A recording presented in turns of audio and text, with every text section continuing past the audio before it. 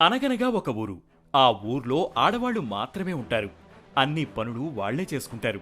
మగవాళ్లు ఆ ఊర్లో అడుగుపెడితే పోలీసులు వారిని అరెస్టు చేస్తారు. కెన్యా రాజధాని నైరోబీకి సమీపంలో సంపురు అనే తెగ ఉండేది. ఈ తెగలో స్త్రీలకు ఎలాంటి గుర్తింపు ఉండేది కాదు. చిన్న చిన్న పిల్లలను తాత వయస్సు ఉండేవాళ్లకిచ్చి పెళ్లి చేసి చేతులు దులిపేసుకునేవాళ్లు. తర్వాత వారిపై బ్రిటిష్ సైనికులు అత్యాచారం చేసేవాళ్లు. ఆ బాధిత మహిళలను కనీసం అర్థం చేసుకోకుండా కుటుంబ సభ్యులు కూడా చేతరించుకుని ఇంట్లో నుంచి గెంటేసేవారు. వారిని మాటలతో వేధించి అవమానించి చిత్రహింసలకు గురిచేసేవారు. అలాంటి వారిలో ఒకరైన రెబెక్కా లోలోసొలి మరో 14 బాధితులతో కలిసి 1990లో ఒక ప్రత్యేక గ్రామాన్ని ఏర్పాటు చేసింది. ఆ ప్రాంతానికి ఉమోజా అని పేరు పెట్టుకున్నారు. ఉమోజా అంటే యూనిటీ. ఆ ఊళ్ళోకి ఎవరొచ్చినా ఏం చేసినా అందరూ ఐకమత్యంగా ఉండాలని దాని అర్థం. అత్యాచార బాధితులు, గృహహింస బాధితులు, బాల్య వివాహాల నుంచి తప్పించుకున్న వారికి ఈ ఊరు ఆశ్రయం కల్పించి అండగా నిలుస్తుంది. ఇక్కడ మహిళలదే రాజ్యం. అన్ని పనులు స్త్రీలే చేస్తారు. ఉమేజా గ్రామంలో మహిళలు పూర్తి స్వేచ్ఛతో